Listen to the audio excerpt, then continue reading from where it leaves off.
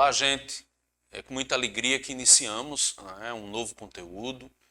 A gente vai agora adentrar um pouco, né, nos gêneros textuais e pegaremos hoje o poema, né, esse gênero textual, né, como um modo, né, de entrada nos estudos dos gêneros textuais. Antes, eu queria explicar um pouquinho para quem tem alguma dúvida, alguma dificuldade, que os gêneros textuais são formas, não é? De veiculação de discursos, não é? De várias naturezas. Eu posso, por exemplo, utilizar uma receita de bolo, então, que vai lançar a mão de uma linguagem instrucional, né? Em que serve ali para instruir a pessoa a fazer um bolo. A bula de remédio, a como tomar o remédio, a letra de música é um outro gênero textual, a tirinha é um outro gênero textual. Mas a gente vai agora ver o poema. Inicialmente a gente vai ver o poema, tá certo? E antes de a gente começar, eu queria ler para vocês aqui os objetivos de aprendizagem dessa aula, que inicialmente é reconhecer o gênero textual poema, é você, ao se deparar, né, num texto, num livro, num livro didático, né, você dizer e reconhecer isso aqui é um poema, e é distinguir conceitualmente o que é poesia e o que é poema. Né? São as mesmas coisas? São diferentes? No que se diferem? Né? Então a gente vai ver isso também. E o terceiro objetivo é estimular o hábito da leitura do gênero poema, né? Por fruição, ou seja, por prazer. Não porque o professor está pedindo que você leia, mas que você possa ler um poema, assim como você lê uma tutorial para usar o seu celular que você acabou de comprar. Tá? Que vamos concordar que muitos de nós não lemos esses manuais, essas tutoriais. A gente se habituou muito, né? Quando a gente tem muita dificuldade, é ir lá para o YouTube e pescar algum vídeo que em 2 minutos, em pouco tempo, nos diga, nos ensine como proceder. Tá? Então, olha só, as habilidades que a gente pretende aqui, né, colocar em prática, é identificar elementos que caracterizam o discurso poético quanto à forma e conteúdo, versos, você saber o que são versos, o que são estrofes, rimas, ritmo, aliterações, assonâncias, figuras de linguagem, etc. O outro é reconhecer e fazer a distinção entre eu lírico e poeta em textos poéticos. Porque tem gente que acha que muitas vezes aquela voz do poema ali é o poeta que está falando. Na verdade, o poeta escreveu, mas a voz, não é do eu lírico. No caso da poesia, a gente usa eu lírico. Se fosse uma ficção, uma prosa, a gente usa personagem. Tá? Mas a poesia a gente chama de eu lírico. E aí temos aqui uma outra terceira habilidade, que é identificar, analisar imagens poéticas que contribuem para a construção de sentidos no texto. Ok? Então, olha só, nós temos outra aqui, perceber a sonoridade de rimas, aliterações e outros recursos gráficos, linguísticos e estilísticos utilizados em poemas. É claro, não é, gente, que a gente não vai ver tudo isso só nessa aula, mas essa aqui é uma primeira parte, não é, em que a gente vai começar a ingressar, digamos, nessa viagem, não é, que é a literatura, o que é poesia. Uma vez eu perguntei a um colega crítico literário, Cristiano Aguiar, o que era literatura. E aí ele lançou mão de uma frase do Manuel Bandeira. Literatura é um texto, não é, em estado de alumbramento. Ou seja, a partir do momento que eu leio o texto e fico ali, não é, perplexo, abismado, chocado, pensativo, reflexivo, aquele texto muda a minha maneira de enxergar as coisas, a minha maneira, o meu modo de ver as coisas. Eu não serei aquela pessoa que eu era antes de ler aquele texto. Então, a poesia, a literatura, o texto literário, ela tem essa capacidade de atravessar o ser humano, de fazer coisas que outros textos não têm. Por quê? Porque é da seara do artístico, né? É do campo artístico isso. Então vamos lá. O que é poesia? Grosso modo, se alguém me perguntar, ou se alguém perguntar a você o que é poesia, vamos pensar que poesia ela está presente em qualquer coisa, em qualquer lugar, nas coisas muitas vezes mais triviais, mais simples do cotidiano, né? A poesia pode estar na onda do mar, pode estar na paisagem, ela pode estar numa cena urbana, em que você só vê concreto, em que você só vê o cinza, e você vê ali no meio daquele concreto brotar uma árvore, ela quebrar, né, ela destruir a calçada num sinal muito claro de rebeldia, de que ela quer sobreviver. A gente pode ver poesia nisso. Tá? A poesia ela não está associada apenas ao texto, a um formato, mas ela está também atrelada a comportamentos, a maneiras de ser, de agir. Tá? Agora, se você me pergunta o que é um poema, o que é poema? Aí sim, o poema é uma forma, digamos, é um formato, né? Ele tem um formato. Existem diversos tipos de poemas, que mais à frente a gente vai estudar. Mas, grosso modo, o poema é um pequeno texto, pode ser longo também, mas em que eu aprisiono essa poesia a que eu me referi, que eu posso encontrá-la em qualquer lugar, mas aí é como se eu engarrafasse, né? Como se eu pegasse uma bebida preciosa, né? E colocasse dentro de uma garrafa e colocasse à disposição, né? A prateleira. Então, o poema é isso, tá? Grosso modo, vamos entender melhor. Então aqui, olha, o soneto de fidelidade, não é, do Vinícius de Moraes, que inicialmente ele é um poeta simbolista, né, do simbolismo brasileiro. É uma forma fixa, né, um soneto decassílabo. Se você for contar aí, cada verso desse, ou seja, cada linha dessa tem 10 sílabas poéticas, tá? E observe que esse texto é organizado, né, em estrofes, 2 estrofes, que são 2 quartetos inicialmente, e 2 tercetos para finalizar. Ele também é metrificado e ele é rimado, ok? Então é uma forma fixa. Veja, os versos eles aí foram organizados, como vocês perceberam, a partir de uma forma clássica, como eu disse, o soneto, que se constitui em 4 estrofes, as 2 primeiras com 4 versos e as 2 últimas com 3 versos. O tema aí, né, eu não preciso dizer, o tema abordado foi o amor, né? É o amor. É um assunto que não perde a validade, que não oxida, que não enferruja, está sempre atual, né? As pessoas estão sempre falando de amor. E nesse caso específico, o Vinícius Moraes, ele compôs em homenagem à sua primeira esposa.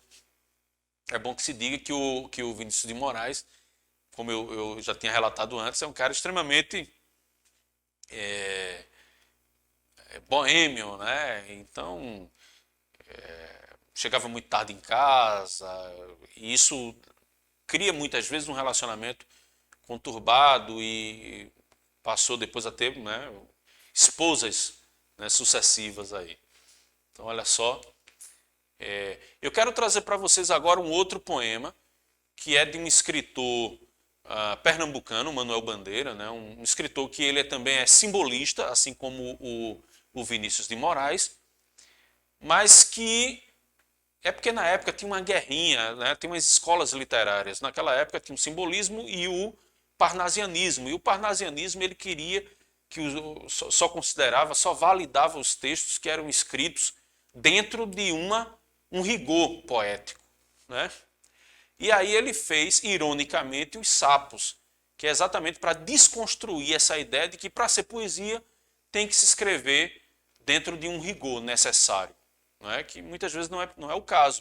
Você pode utilizar dessa subversão, ou seja, dessa desobediência ao rigor, né? E ser criativo, né? E ser extremamente poético. Então os sapos começa assim, olha só. Enfunando os papos, enchendo, né, os papos de ar, saem da penumbra, saem da sombra, aos pulos os sapos. A luz os deslumbra. Não é? Então, são sapos agora que ficam deslumbrados, ficam metidos, ficam envaidecidos. Eles querem agora aparecer, porque a luz os está iluminando. E ele diz, em ronco que a terra berra o sapo-boi. Meu pai foi à guerra. E os outros dizem, não foi, foi, não foi. Veja que ele brinca, né, com essa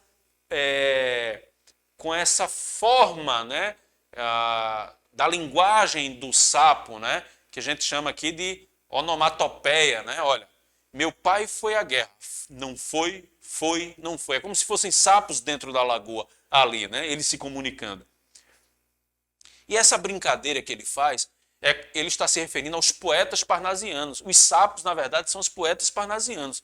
É como se ele dissesse assim, olha, o ronco que a terra, né, berra o sapo-boi, ou seja, berra ali o sapo mestre, né, o poeta mais importante ali, e diz, meu pai foi à guerra. Né? Então ele está se vangloriando. E aí o outro diz, não foi. Aí vem outro e diz, foi. E aí outro diz, não foi. E eles ficam nessa discussão inútil. Porque o que é que tem de deslumbrante nisso? Né? E aí ele continua. O sapo tanoeiro porque aí ele faz uma brincadeira, porque tanoeiro vem de tonel. Então é aquele que faz o tonel. E o tonel, se você bate no tonel, ele faz um barulho, não é? Então ele quis fazer essa referência entre o sapo tanoeiro e o sapo barulhento. Parnasiano aguado. Ele faz barulho, mas a poesia dele é uma poesia aguada. Então, o sapo tanoeiro, parnasiano aguado, diz, meu cancioneiro é bem martelado. Significa que tem uma martelada, tem uma métrica, né? Tem uma coisa que é aquela coisa ali constante, dentro daquele tempo. Então ele está brincando com isso. Aí ele diz, vede como primo em comer os hiatos. Ou seja, observe como eu sou muito preocupado, não é? Muito zeloso em não mostrar aqui os hiatos. Os hiatos, né, no estudo da gramática, são aqueles espaços, né, entre uma palavra e outra.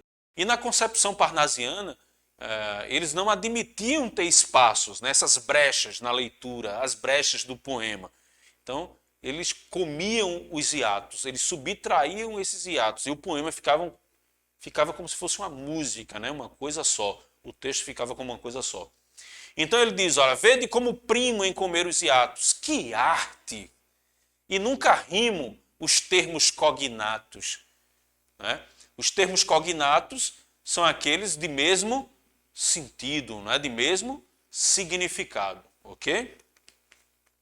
Ele diz, o meu verso é bom, frumento sem joio. Ou seja, não tem impureza. Faço rimas com consoantes de apoio. Vai por 50 anos que lhes dei a norma. Reduzi sem danos a forma.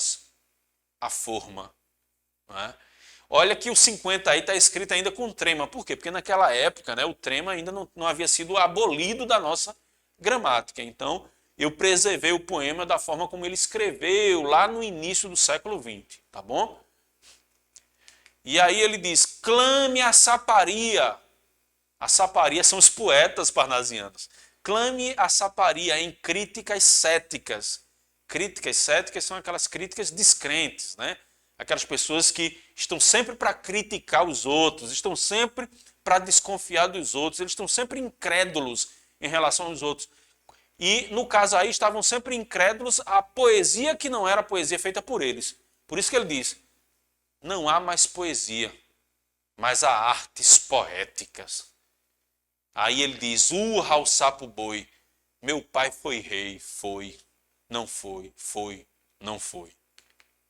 Brada em um assomo o sapo tanoeiro, a grande arte é como lavor de joalheiro, ou bem de estatutário, tudo quanto é belo, tudo quanto é vário, canta no martelo.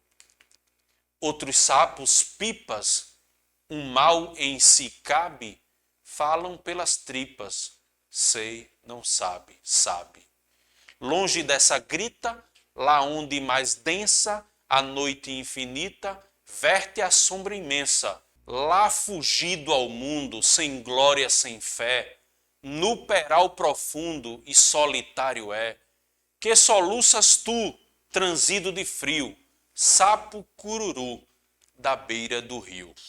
Então vocês percebem aí o tempo todo, né, que o poeta está sendo irônico, né, debochando, né, dessa forma poética que sempre leva em conta a métrica, né, a martelada do ferreiro, né, aquela coisa, né, sempre ali pronta, sempre pelo relógio, né, sempre contada, bem contada.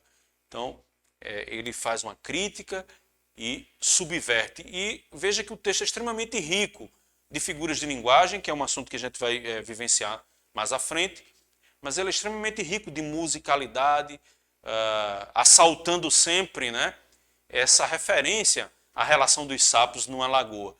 E aí o poema é esse deboche, né, com os poetas parnasianos. Ok? Bem, gente, por hoje é só. Eu quero agradecer demais essa presença, né, de todos aqui, aqueles que podem e que estão acompanhando essas aulas. Bem, gente, por hoje é só e aproveitem bastante. A minha sugestão é que vocês pesquisem mais sobre o gênero poema, sobre o que é poesia, sobre o que é literatura, porque a partir de agora é sobre essas águas, né, que a gente vai navegar e dessa fonte que a gente vai beber, tá? Porque a poesia, o poema, a literatura, ela seguramente torna a vida da gente muito mais suave, né? Especialmente diante dos tempos duros, né, que a gente atravessa. Desejo a todos bons estudos, né, que você converse com a sua professora, converse com o seu professor, se inteire melhor sobre esse gênero textual, né, tão rico, tão interessante que é o poema. E até o próximo encontro, né, quando iremos nos aprofundar mais sobre a literatura, sobre a poesia, especialmente sobre o que vem a ser o poema. E para conhecer mais e para saber mais sobre esse gênero, só lendo, né? É preciso ler. Vocês perceberam o tempo todo aqui que eu recorri aos recursos da sinalização, os recursos da pontuação. Foi um conteúdo que a gente estudou, né, anteriormente, nos encontros passados. E esses estudos, eles irão subsidiar a nossa entrada, né, nesse universo o tempo todo, de maneira permanente. Tá? Então isso a gente vai conhecer melhor nas próximas aulas, nas próximas videoaulas. Então, até lá, se cuidem, usem máscara, usem álcool em gel. Sucesso a todos, sucesso a todas.